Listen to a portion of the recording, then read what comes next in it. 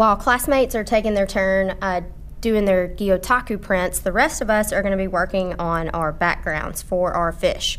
We're going to use the liquid watercolors to create a watercolor background, and we're also going to get to use the rubbing alcohol and salt like we did back in 3rd grade to create some really cool watercolor effects. So I'm going to start by just taking some clean water.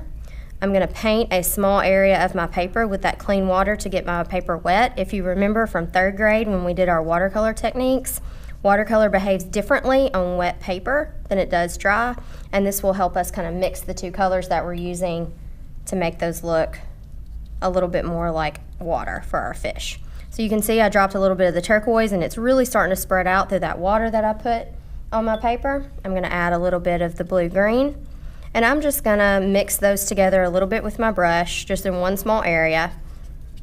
And then it's up to you. You can take a little salt and you can sprinkle it across your watercolor.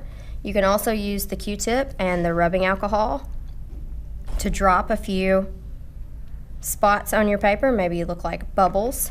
The important part about this is that you work in small sections. You do a small section at a time, and then you move on to the next section. If you try to paint the entire paper at once, the salt and the rubbing alcohol isn't going to work as well because your watercolors are going to start to dry. So I'm just going to continue painting and doing my salt and rubbing alcohol until I have filled up this paper.